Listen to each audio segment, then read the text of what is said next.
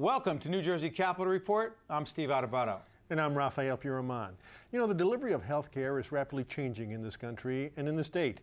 Are the functions traditionally carried out by nurses also changing? Joining us now to talk about the future of the nursing profession is Patricia Barnett, Chief Executive Officer of the New Jersey State Nurses Association.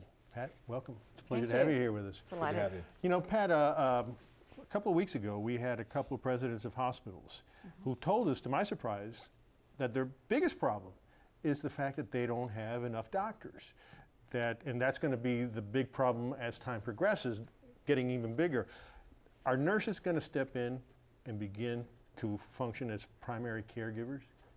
Well, we've already seen that happen. When you look at Massachusetts, when they passed health care reform, they didn't have enough primary care physicians or family practitioners, so nurse practitioners filled the void. And when you look at the Affordable Care Act, that was one of the issues they actually looked at. And built into the Affordable Care Act is the role of nurses, particularly advanced practice nurses, in nurse-managed clinics. They will become the primary care providers for many individuals in rural areas and in inner cities where you don't have enough physicians. Let's put this in context. There are 110,000 registered nurses, correct? In the state of New Jersey, yes. And it's interesting. As a political force, how would you rate yourselves? I think we do an excellent job. I think we've been successful in passing a number of important pieces of legislation. When you take a look at this study looking at the need for education in New Jersey, that was passed in 1992 and has led to a number of reports saying we need to have more baccalaureate and master's prepared nurses in the state to be able to meet the needs of the future. We've gotten very involved in a number of pieces of legislation looking at the scope of nurses, particularly looking at APNs now in this state. Advanced practice nurses. Advanced practice nurses, sorry. May run an office, hang out their own shingle. They need to have a joint protocol with a physician for prescription drugs or devices that administer drugs. But the joint protocol isn't, may I call you up and may you give me permission. It is, this nurse may live in Cape May, the doctor may live up in Bergen. She may call this physician once a year, say, hi, how are you doing? I've got a question about this, what do you think? So really the joint protocol in New Jersey is a very flexible document which allows those nurses to practice on their own. And by the way, how are doctors responding to this? How did they respond in Massachusetts, where you say it was first happened, and what's happening here? It's a conflicted relationship. Between doctors and nurses? Between doctors and nurses, because I think physicians feel that this should be their role, to be the primary care providers. That's still the mentality, by and large? By some physicians. Now you look at somebody like Dr. Jeff Brenner, who's down in Camden. Down in Camden. Fabulous doctor. Tell folks what he does, so there's no, people, I don't want to assume that everyone knows. Right. He's a terrific guy doing great work.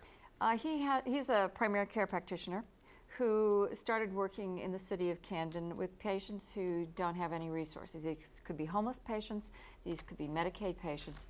He had a brilliant idea of looking at coordinating all primary care in that area of Camden, identifying the high-cost patients, and then creating a team that would actually go out into the street to work with these individuals, many of whom might have diabetes, might have heart disease.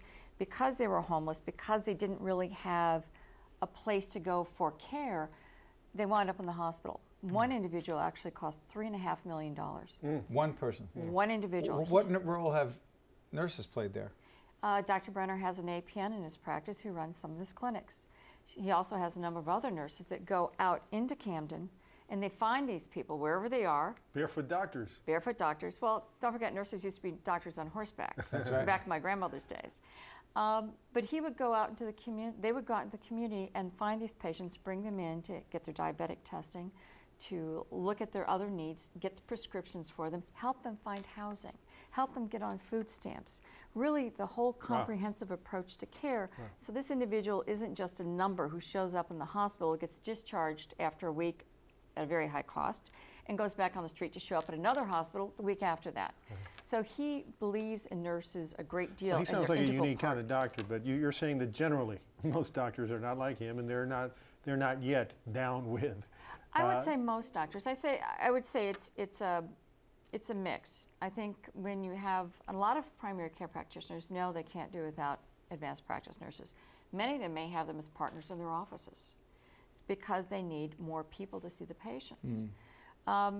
where we see some of the difficulties might be in some of the specialties, like we've just had an ongoing struggle here in New Jersey with advanced practice nurses in anesthesia. The anesthesiologists are opposing their practicing independently, and we've had quite a battle, even though Health Affairs, which is a very respected policy journal, has said they are as safe as doctors. And another journal came out and said they are more cost-effective than anesthesiologists. In fact, AARP said having an anesthesiologist supervise these APNs anesthesia adds an additional $300 to $400 per surgery. You know, it's interesting, right over your right shoulder is the state capitol, and it's interesting that most folks, I imagine, wouldn't realize how the decisions made in that capitol by legislators, policymakers, the executive branch of government, have such a tremendous impact on the nursing profession. I mean, you're very much involved in public policy, politics, and what goes on in that state house. We're a highly regulated industry, and in fact, it was when nurses formed in New Jersey, the association's been around since 1901, they formed for the purpose of creating a nurse registration. Because their concern was, if you don't have registered nurses, how do you determine the quality that's offered in terms of care? So we've been very involved both in the quality of care and access to care since 1901.